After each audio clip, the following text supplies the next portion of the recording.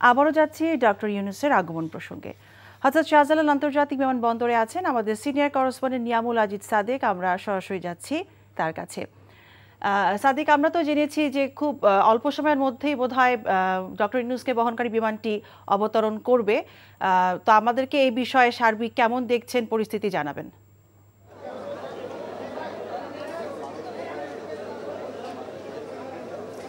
আর কিছুক্ষণের মধ্যে এখানে অবতরণ করার কথা, যে এই জন্য সর্বশেষ যে প্রস্তুতি, বিশেষ করে নিরাপত্তার প্রস্তুতি, আপনি গতকালকে নিশ্চয়ই জানেন যে সেনাবাহিনীর প্রধান তিনি বলেছেন যে সার্বিক যে সহায়তা করা লাগে সেটি আজকে থেকে শুরু হলো। এবং এই জায়গাটি আপনি নিশ্চয়ই দেখছেন যে বিমান বাহিনীর প্রধান, সশস্ত্র বাহিনীর 3 প্রধানই কিন্তু এখানে এসেছেন তাকে রিসিভ করার জন্য। এখানে সুশীল সমাজের বেশ কয়েকজন প্রতিনিধিকে আমরা এখানে দেখেছি, তারা বিভিন্ন এসেছেন। এখানে গ্রামীণ ব্যাংকের যে প্রতিনিধিরা আছে তারা এখানে এসেছেন। একই সাথে এখানে আমরা দেখেছি যে বিশেষ করে সমন্বয়ক যাদের হাত ধরে এই বিজয় অর্জিত হয়েছে, সেই সমন্বয়ক 6 জন কিন্তু এখানে এসেছেন।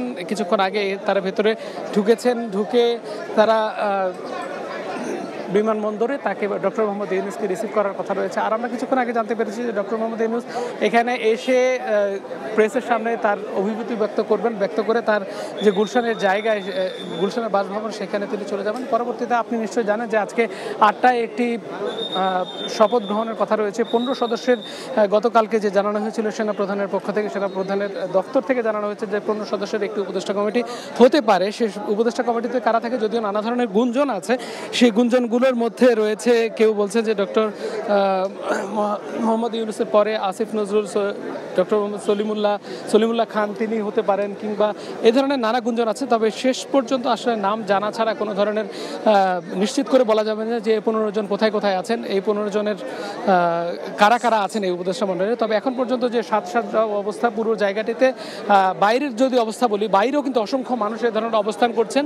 এবং ডক্টর মোহাম্মদ ইউনূস আসার পরে তিনি কী ধরনের কথা বলছেন সেটি নিশ্চয়ই জানাতে পারবো আপনাকে।